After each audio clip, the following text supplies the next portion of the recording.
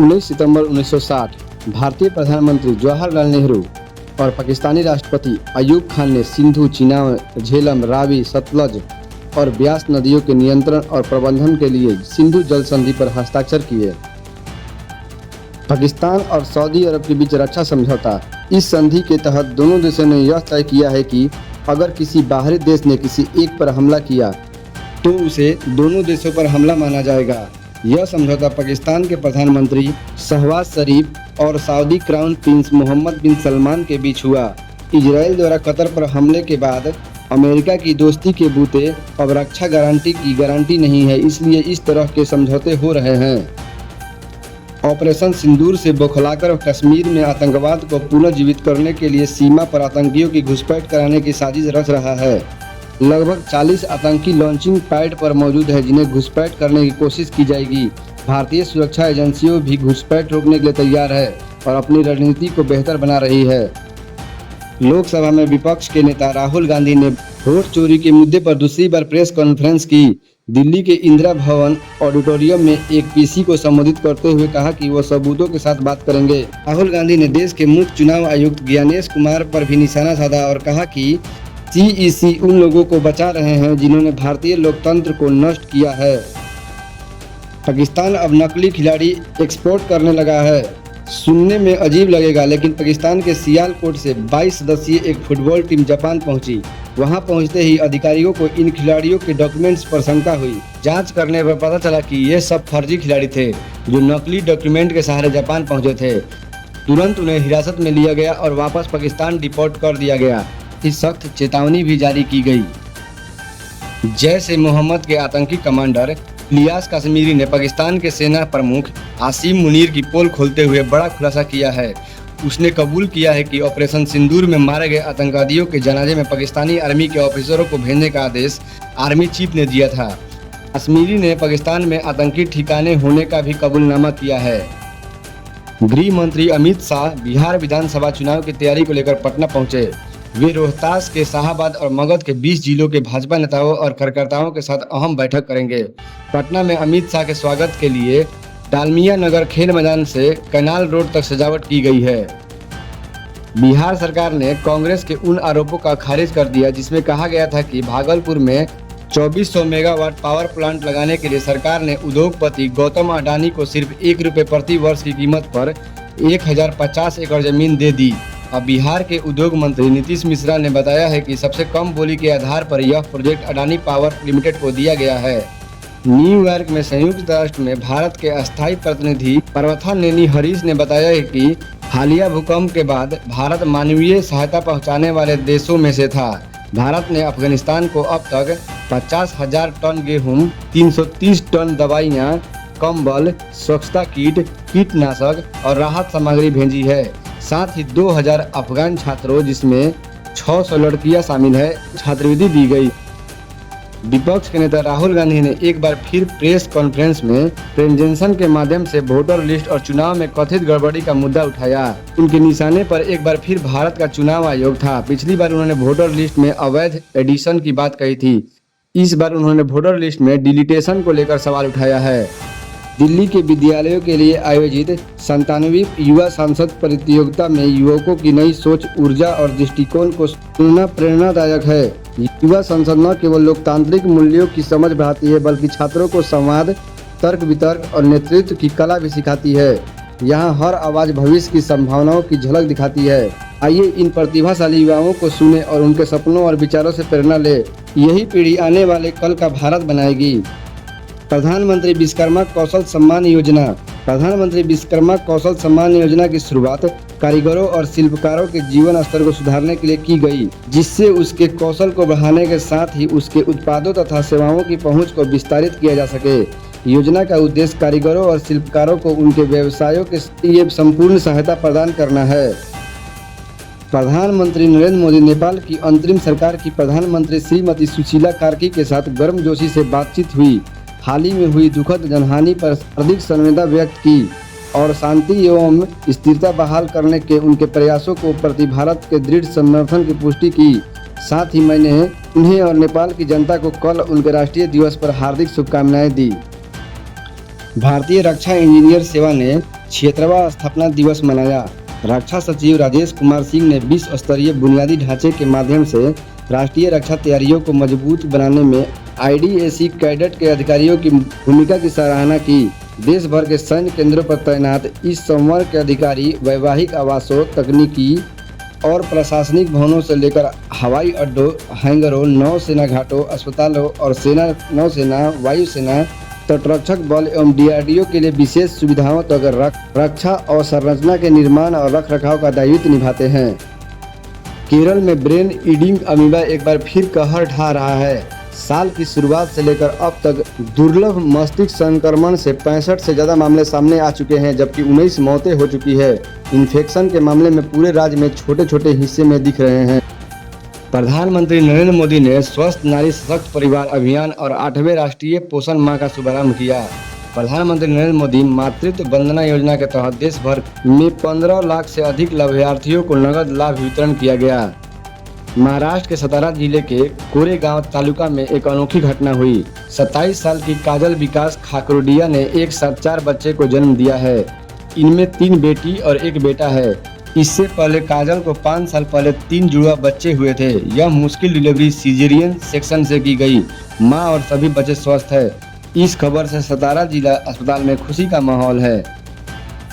केंद्रीय सूक्ष्म लघु एवं मध्यम उद्योग मंत्रालय ने आज बिहार के बोधगया में PM विश्वकर्मा एवं राष्ट्रीय SC/ST हब मेगा कॉन्फ्रेंस का आयोजन किया। यह कार्यक्रम PM विश्वकर्मा योजना की दूसरी वर्षगांठ के उपलक्ष्य में आयोजित किया गया था। केंद्रीय सूक्ष्म लघु एवं मध्यम उद्योग मंत्री श्री जीतन राम मांझी ने कार्यक्रम की अध्यक्षता की। इटावा में शिक्षकों और शिक्षा मित्रों के प्रशिक्षण जारी। सिद्धार्थनगर जिले के इटावा BRC केंद्र पर शिक्षकों और शिक्षा मित्रों पर 5 दिवसीय FLN चल रहा है। प्रशिक्षण के दूसरे दिन विशेषज्ञों ने शिक्षकों की नई शिक्षा नीति और बच्चों में बुनियादी साक्षरता एवं गणन कौशल विकास करने के तरीकों पर विस्तार से जानकारी दी। शिक्षा विभाग का कहना है कि इस तरह प्रशिक्षण में कक्षाओं में बच्चों को बेहतर ढंग से पढ़ाने और सिखाने का माहौल बनाने में मदद मिलेगी। 5 दिवसीय यह कार्यशाला शिक्षकों की क्षमता बढ़ाने और प्राथमिक शिक्षा को मजबूत बनाने की दिशा में एक महत्वपूर्ण कदम है। शिक्षा मूल्यांकन में कोडरमा टॉप, जामताड़ा दूसरे और लोहरदगा तीसरे स्थान पर। झारखंड के स्कूली शिक्षा विभाग द्वारा हाल ही में जारी मूल्यांकन रिपोर्ट में कोडरमा जिले में शानदार प्रदर्शन किया। 24 सूचकों के औसत मूल्यांकन में कोडरमा 79.05% अंक हासिल कर पूरे राज्य में पहला स्थान प्राप्त किया। यह सफलता जिले में शिक्षा क्षेत्र में कई सुधार, स्तर प्रबंधन और प्रशासनिक प्रयासों का नतीजा मानी जा रही है। कोडरमा के बाद जामताड़ा जिला 78.83% अंक के साथ दूसरा स्थान पर रहा, जबकि लोहरदगा जिले में 76.33% अंक के साथ तीसरे स्थान पर। इस उपलब्धि कोडरमा के उपायुक्त ने शिक्षा विभाग की टीम को बधाई देते हुए कहा कि लक्ष्य अब 100% अंक हासिल करना है। इसके लिए उन्होंने छात्रों और शिक्षकों को 100% उपस्थिति, गुणवत्तापूर्ण शिक्षा और समय पर छात्रवृत्ति, किताब एवं पोषाहार उपलब्ध कराने पर जोर दिया। जिला प्रशासन ने आश्वासन दिया कि आने वाले समय में शिक्षा की गुणवत्ता और ऊंचाई तक ले जाने के लिए प्रयास जारी रहेगी। कोडरमा में यह सफलता न केवल जिले के लिए गर्व की बात है, बल्कि झारखंड के अन्य जिलों के लिए प्रेरणा भी है। योजनाबद्ध प्रयासों से शिक्षा के क्षेत्र में बेहतर नतीजे लाए जा सकते हैं। इनमीडिया करेगा इंटेल में $5 अरब का निवेश, मिलकर बनाएंगी AI और PC इकोसिस्टम। चिप निर्माण में दिग्गज कंपनी इनवीडिया ने मुश्किल दौर से गुजर रही है इंटेल में $5 अरब निवेश करने का ऐलान किया है। कंपनी का यह निवेश इंटेल में कॉमन स्टॉक को $23.28 प्रति शेयर की दर से खरीद कर करेगी। हालांकि यह डील पूरा होने के लिए रेगुलेटरी मंजूरी जरूरी होगी। दोनों कंपनियां मिलकर AI इंफ्रास्ट्रक्चर और पर्सनल कंप्यूटर से जुड़े नए प्रोडक्ट्स काम करेंगी। इनमीडिया और इंटेल का यह साझेदारी कस्टम डेटा सेंटर्स और PC प्रोडक्ट्स को विकसित करने पर केंद्रित होगी, जो अगली पीढ़ी की कंप्यूटिंग की नींव रखेगी, जिससे तकनीकी दुनिया में नई संभावनाओं के द्वार खुलेंगे। इस खबर के बाद बाजार में तुरंत असर देखने को मिला। प्री मार्केट ट्रेडिंग में इंटेल के शेयर 30% तक उछाल गए, जबकि इनवीडिया के शेयरों में भी 3% की बढ़त दर्ज की गई। लंबे समय से संघर्ष कर रही इंटेल के लिए इनवीडिया का यह निवेश बड़ी राहत माना जा रहा है। वही इनवीडिया के लिए यह AI कंप्यूटिंग के नए युग को दिशा में एक बड़ा कदम है। एआई ट्रेंड्स पर बड़ी प्रवेशी चिंता, क्या चैट जीपीटी और जेमिनी पर फोटो शेयर करना सुरक्षित है? सोशल मीडिया पर इन दिनों गूगल जेमिनी का नैनो बनाना ट्रेंड तेजी से वायरल हो रहा है। लोग अपनी तस्वीरों को 3D फिगर टाइन बॉलीवुड स्टाइल या पोस्टर में बदल रहे हैं, लेकिन इसके साथ ही डेटा प्राइवेसी को लेकर सवाल भी खड़े हो रहे हैं। यूजर्स ने बताया कि दावा है कि जनरेटेड तस्वीरों में ऐसी डिटेल भी नजर आ रही है जो उनके असली फोटो में मौजूद नहीं थी। इससे यह आशंका बढ़ रही है कि ये टूल निजी डेटा को किसी तरह से इस्तेमाल कर रहे हैं। साइबर सुरक्षा विशेषज्ञों का कहना है कि निजी फोटो और पर्सनल डिटेल्स किसी भी एआई टूल के साथ शेयर करने से पहले सावधानी जरूरी है। आधिकारिक ऐप या प्लेटफॉर्म की ही इस्तेमाल करें और अनजान वेबसाइट से बचें। साथ ही तस्वीरों में हटाना और चार्जर या सस्ते फिल्टर ऐप्स पर भरोसा न करना बेहतर होगा। विशेषज्ञों ने चेतावनी दी है कि एआई इमेज में मौजूद वाटरमार्क जैसी तकनीक पूरी सुरक्षा नहीं देती है, क्योंकि इन्हें हटाना संभव है। दिल्ली में 2026 तक सभी पब्लिक ट्रांसपोर्ट होंगे इलेक्ट्रिक, नई ईवी पॉलिसी पर काम शुरू। दिल्ली की मुख्यमंत्री रेखा गुप्ता ने गुरुवार को ऐलान किया कि सरकार के नई इलेक्ट्रिक वाहन ईवी नीति 2.0 पर काम कर रही है। उन्होंने कहा कि 2026 के अंत तक दिल्ली के सभी सार्वजनिक परिवहन वाहन पूरी तरह से इलेक्ट्रिक होंगे। बोलते हुए सीएम गुप्ता ने कहा कि सरकार का लक्ष्य है कि दिल्ली में हर तीसरा वाहन इलेक्ट्रिक हो और इससे राजधानी की वायु गुणवत्ता में सुधार हो सके। सीएम गुप्ता ने कहा कि मौजूदा ईवी नीति को और जब नई नीति की मसौदा तैयार किया जा रहा है। उन्होंने कहा कि सरकार के दिल्ली वासियों के बेहतर बाजार उपलब्ध कराएगी ताकि लोग विभिन्न कंपनियों के इलेक्ट्रिक वाहन खरीद सके। इसके साथ ही उन्होंने ट्रैफिक नियमों का पालन करने पर जोर देते हुए कहा कि सड़क दुर्घटनाओं वाहन नहीं बल्कि चालक जिम्मेदार है, इसलिए सभी को अपनी सुरक्षा के लिए यातायात नियमों का सख्ती से पालन करना चाहिए। छत्तीसगढ़ में सुरक्षा बलों की बड़ी सफलता, मुठभेड़ में 4 नक्सली ढेर, 12 ने किया सरेंडर। छत्तीसगढ़ के बाजीपुर और कंकोर जिलों में सुरक्षा बलों और नक्सलियों के बीच हुई मुठभेड़ में 4 नक्सली मारे गए। बाजीपुर के गंगलूर इलाके में बुधवार दोपहर में हुई गोलीबारी में 2 नक्सली ढेर हो गए। मौके से 303 राइफल, लांचर और बड़ी मात्रा में विस्फोटक बरामद किया गया। वहीं कंकोर महाराष्ट्र सीमा पर औरी जिले में हुई मुठभेड़ में सुरक्षा बलों ने 2 महिला नक्सलियों को मार गिराया और उनके पास से AK-47 और अन्य हथियार जब्त किए गए। बिहार में शुरू हुई मुख्यमंत्री प्रतिज्ञा योजना, युवाओं को मिलेगा 4000 से 6000 रुपए प्रति माह भत्ता। बिहार सरकार ने युवाओं के लिए बड़ी खुशखबरी दी है। श्रम संसाधन विभाग की ओर से शुरू की नई मुख्यमंत्री प्रतिज्ञा योजना 2025 के तहत राज्य के युवाओं के इंटर्नशिप के अवसर मिलेगा। इसके लिए सरकार ने आधिकारिक पोर्टल cmpratigia.bihar.gov.in लॉन्च कर दिया है, जहां से पात्र उम्मीदवार ऑनलाइन आवेदन कर सकते हैं। योजना का उद्घाटन युवाओं को पहली नौकरी का अनुभव दिलाना और रोजगार का अवसर बढ़ाना है। योजना के तहत युवाओं को उनकी शैक्षणिक योग्यता के अनुसार से 4000 से 6000 रुपए प्रति माह भत्ता दिया जाएगा। 12वीं पास उम्मीदवारों को 4000 रुपए, ITI डिप्लोमा पास को 5000 रुपए और स्नातक और स्नातकोत्तर युवाओं को 6000 रुपए प्रति माह मिलेगा। चयन अपने गृह जिले के बाहर इंटर्नशिप के लिए होता है तो अतिरिक्त 2000 रुपए और राज्य के बाहर चयन होने वाले अतिरिक्त 5000 रुपए प्रति माह दिए जाएंगे। योजना का लाभ पाने के लिए आवेदक को बिहार का निवासी होना और 18 से 28 वर्ष आयु सीमा में होना आवश्यक है। बिहार सरकार का बड़ा फैसला, अब ग्रेजुएशन पास बेरोजगार युवाओं को भी मिलेगा 1000 रुपए प्रति माह भत्ता। बिहार सरकार ने बेरोजगार युवाओं के लिए बड़ी घोषणा की है। मुख्यमंत्री नीतीश कुमार ने बताया कि अब मुख्यमंत्री निश्चय स्वयं सहायता भत्ता योजना का लाभ सिर्फ इंटर पास नहीं बल्कि स्नातक पास बेरोजगार युवाओं को भी मिलेगा। इसके तहत योग्य आवेदकों की नौकरी की तलाश के दौरान आर्थिक मदद के रूप में 1000 रुपए प्रति माह अधिकतम 2 सालों तक दिया जाएगा। साथ ही युवाओं को कुशल युवा कार्यक्रम के तहत भाषा संवाद, व्यवहार कौशल और बेसिक कंप्यूटर का निःशुल्क प्रशिक्षण भी दिया जाएगा। नए नियमों के अनुसार इस योजना का लाभ केवल उन्हीं स्नातक पास युवाओं को मिलेगा जो 20 से 25 वर्ष की आयु सीमा के हैं, कहीं अध्ययनरत नहीं और न ही किसी सरकारी या स्वरोजगार से जुड़े हैं। सरकार का उद्देश्य युवाओं को सशक्त बनाना और उन्हें प्रतियोगी परीक्षाओं की तैयारी और रोजगार प्राप्त करने में सहयोग करना है। इस योजना के लिए आवेदन ऑनलाइन माध्यम से किया जा सकेगा। सेबे नीचे yuvaopmission.bihar.gov.in पोर्टल पर रजिस्टर कर सकते हैं। आवेदन के बाद 60 दिनों के अंदर आवश्यक दस्तावेज को साथ DRCC ऑफिस के केंद्र पर जाकर सत्यापन कराना अनिवार्य होगा।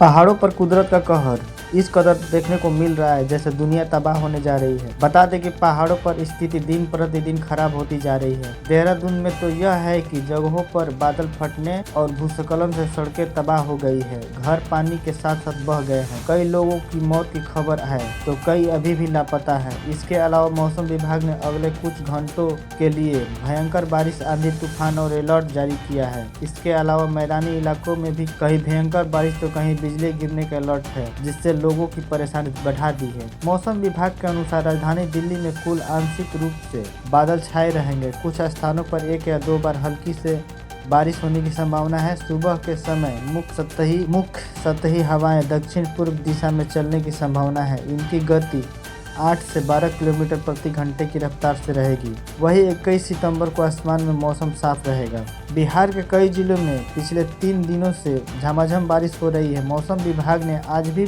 भारी बारिश का अलर्ट जारी किया है। IMD के अनुसार 18 से 20 सितंबर तक राज्य के अलग अलग स्थानों पर भारी बारिश होने का आसार है।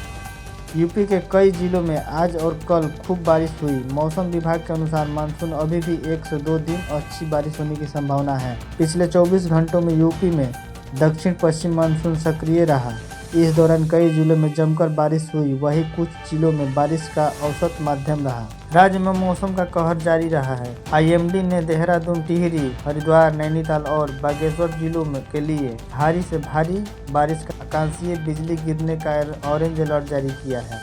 देहरादून में भारी बारिश देखने को मिला। स्कूल को भी बंद कर दिया गया है। चमोली में बादल फटने की भी खबर आई है। उत्तर प्रदेश के मुख्यमंत्री योगी आदित्यनाथ मिशन विकसित यूपी 2047 अभियान निरंतर जन भागीदारी और सुझाव के साथ आगे बढ़ रहा है। कृषि क्षेत्र में सुधार के लिए बहराइच, महाराजगंज, सहारनपुर आदि जिलों में किसानों ने भी योगी सरकार को अपने सुझाव का साझा किया। प्रगतिशील किसानों ने कहा कि कृषि क्षेत्र को सशक्त और टिकाऊ बनाने के लिए आधुनिक और जैविक खेती को बढ़ावा देना आवश्यक है। इसके लिए फसल विविधीकरण, किसानों को वित्तीय सहायता, जल प्रबंध एवं मृदा संरक्षण पर ध्यान देना चाहिए। उत्तर प्रदेश के गोंडा जिले में एक किसान ने वर्मी कंपोस्ट बनाकर खेती में नई मिसाल पेश की है। वर्मी कंपोस्ट यानी कि केचुए की मदद से बनाया गया जैविक खाद जो खेतों की मिट्टी को उपजाऊ बनाता है और फसलों की पैदावार भी बढ़ाता है। इस किसान का मानना है कि अगर किसान चाहे तो घर बैठे आसानी से कंपोस्ट बना सकते हैं और रासायनिक खाद पर खर्चा कर सकते हैं। देश की सबसे बड़ी कार निर्माता company Maruti Suzuki Indian limited ने ग्राहकों को दिवाली से पहले बड़ा तोहफा दिया। कंपनी ने घोषणा किया है कि 22 सितंबर 2025 से उसकी कई लोकप्रिय कारों की कीमत में 46,400 से लेकर 1,29,000 रुपये तक की कटौती की जाएगी। यह फैसला हाल ही में हुआ है।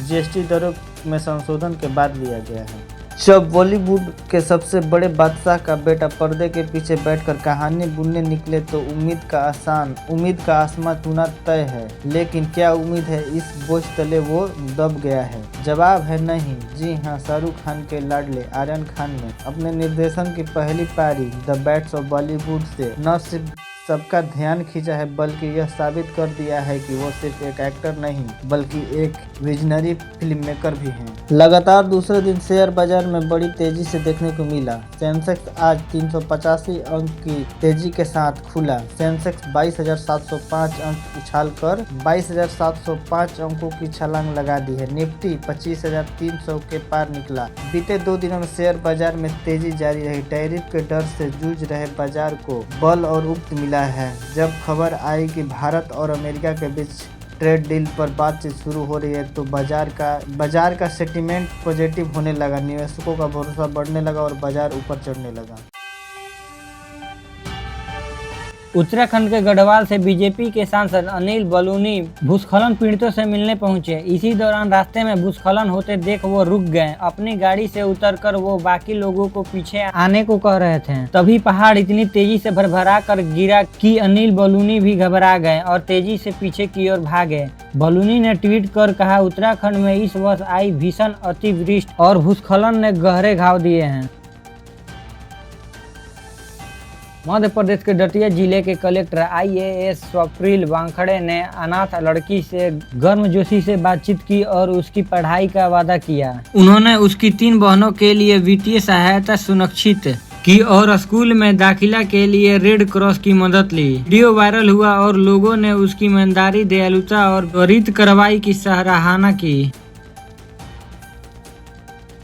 पाकिस्तान और यूएई के बीच बुधवार को खेले गए एशिया कप के 10वें मुकाबले में पाकिस्तान ने 41 रनों से जीत दर्ज की है। इस जीत के साथ ही पाकिस्तान ने सुपर 4 के लिए क्वालिफाई कर लिया, जबकि मेजबान यूएई का सफर अब खत्म हो गया है। ग्रुप ए से टीम इंडिया और पाकिस्तान की टीम क्वालिफाई कर गई है। इसी के साथ भारत और पाकिस्तान के बीच एक और भिड़ंत का रास्ता साफ हो गया। दोनों टीम के बीच अब अगला मुकाबला 21 सितंबर यानी कि रविवार को दुबई में खेला जाएगा।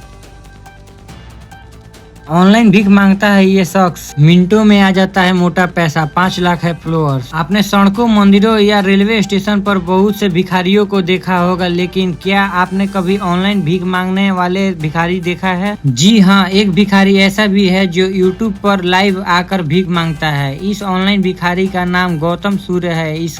उसका चैनल गोविंद सूर्य 360 नाम से है, जिसके 5 लाख से ज्यादा सब्सक्राइबर है। सोने की कीमतों में बढ़ोतरी हुई है तो चांदी की कीमतों में भी लगातार उछाल जारी है। बता दें कि सोने और चांदी की कीमतें हर दिन बदलती रहती है। India Boolean and jewellers association की वेबसाइट के मुताबिक 24 कैरेट सोने की कीमत बढ़कर 1,09,733 रुपए प्रति 10 ग्राम पहुंच गई है, जबकि चांदी की कीमत बढ़कर 1,25,756 प्रति किलो हो गई है। मेष राशि, आज आपके आत्मविश्वास में बढ़ोतरी होगी। कार्य क्षेत्र में सम्मान मिलेगा, लेकिन स्वास्थ्य को नजरअंदाज न करें। वृषभ राशि, पारिवारिक जीवन सुखद रहेगा। आर्थिक लाभ से योग बन रहे हैं। दोस्तों के साथ समय अच्छा गुजरेगा। मिथुन राशि, कामकाज में मेहनत की फल मिलेगा। किसी पुराने मित्र से मुलाकात हो सकती है। खर्च पर संयम रखें। कर्क राशि, आज का दिन आपके लिए शुभ है। धन लाभ और पदोन्नति के संकेत है। परिवार में खुशियां बनी रहेगी। सिंह राशि, कार्यस्थल पर नई जिम्मेदारी मिल सकती है। वाहन चलाते समय सावधानी बरतें। कन्या राशि, विद्यार्थियों के लिए समय अनुकूल है। कारोबार में लाभ होगा। जीवन साथी का सहयोग मिलेगा। तुला राशि, आज का दिन लाभकारी रहेगा। रुके हुए काम पूरे होंगे। किसी नए निवेश का अवसर मिल सकता है। वृश्चिक राशि, गुप्त शत्रु सक्रिय हो सकते हैं। सतर्क रहें। कोई शुभ समाचार भी मिलेगा। धनु राशि, भाग आपका साथ देगा। करियर में प्रगति होगी। संतान पक्ष से सुख मिलेगा। मकर राशि, कार्य क्षेत्र में मेहनत रंग लाएगी। घर में मांगलिक कार्य की संभावना है। कुंभ राशि, मित्रों का सहयोग मिलेगा। यात्रा के योग बन रहे हैं। स्वास्थ्य पर ध्यान देने की जरूरत है। मीन राशि, आज का दिन रचनात्मक कार्यों में सफलता देगा। ध्यानपत जीवन मधुर रहेगा। धन लाभ संभव है।